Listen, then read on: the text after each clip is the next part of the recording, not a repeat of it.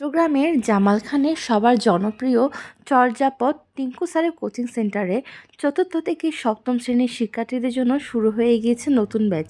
এখানে টিচাররা কীভাবে পড়াচ্ছে আর আমার আজকে সারাদিনের গল্প তোমাদেরকে শেয়ার করছি। So hello everyone, this is lima, welcome to my blog. দুপুরের লাঞ্চটা শেষ করেই বিকেল রেডি হয়ে চলে গিয়েছিলাম টিঙ্কু স্যারের চর্যাপদ কোচিং সেন্টারে। আপনারা কম বেশি সকলেই এই কোচিং সেন্টারের সাথে পরিচিত। চতুর্থ থেকে সপ্তম শ্রেণী পর্যন্ত নতুন কয়েকটি ব্যাচ চালু করা হয়েছে। আপনার ছেলে মেয়েকে ভালো কোচিং সেন্টারে পড়াতে চাইলে আজই চলে আসুন চর্যাপদ টিঙ্কু স্যারের কোচিং সেন্টারে।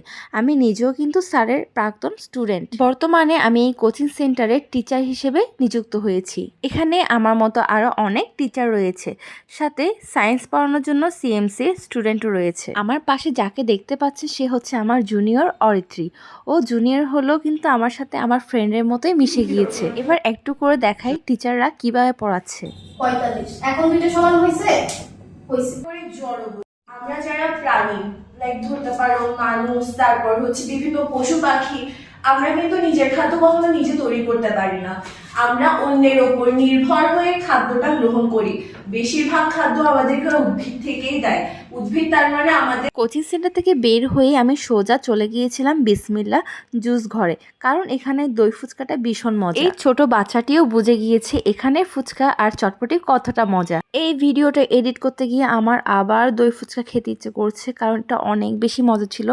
দেখো কতটা টেম্পটিং লাগছে। এই ফুচকা সবচেয়ে বেশি মজা হলো এই যে টক যেটা দেয়, অনেকটা বোরহানির মতো একটা ফ্লেভার আসে, অনেক বেশি মজা। এরপর খেয়ে দিয়ে বাসায় চলে এসেছি। ফ্রেশ হওয়া মাত্রই আমি কেকের কাজ শুরু করে দিয়েছি, কারণ পরদিন আমার একটা কেকের ডেলিভারি ছিল।